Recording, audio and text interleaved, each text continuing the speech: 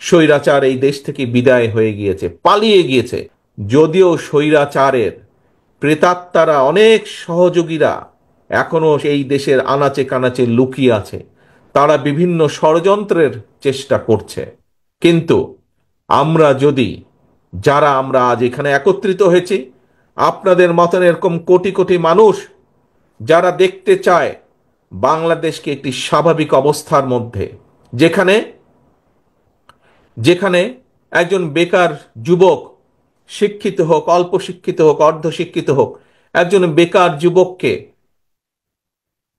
তার কর্মসংস্থানের জন্য বেশি বেগ পেতে হবে না, যেখানে শিক্ষার্থীকে তার শিক্ষার জন্য টেনশনে থাকতে হবে না, যেখানে রাতের বেলায় হোক, দিনের বেলায় হোক, মানুষ পথ দিয়ে হেঁটে যাবার সময় কম বেশি নিশ্চিন্তে নিরাপদে হেঁটে যেতে পারে। একটি স্বাভাবিক একজন মানুষ, সাধারণ মানুষ নিজের দেশ সম্পর্কে যা চিন্তা করে, যা কল্পনা করে, সেরকম একটি দেশ আমাদেরকে গড়ে তুলতে হবে।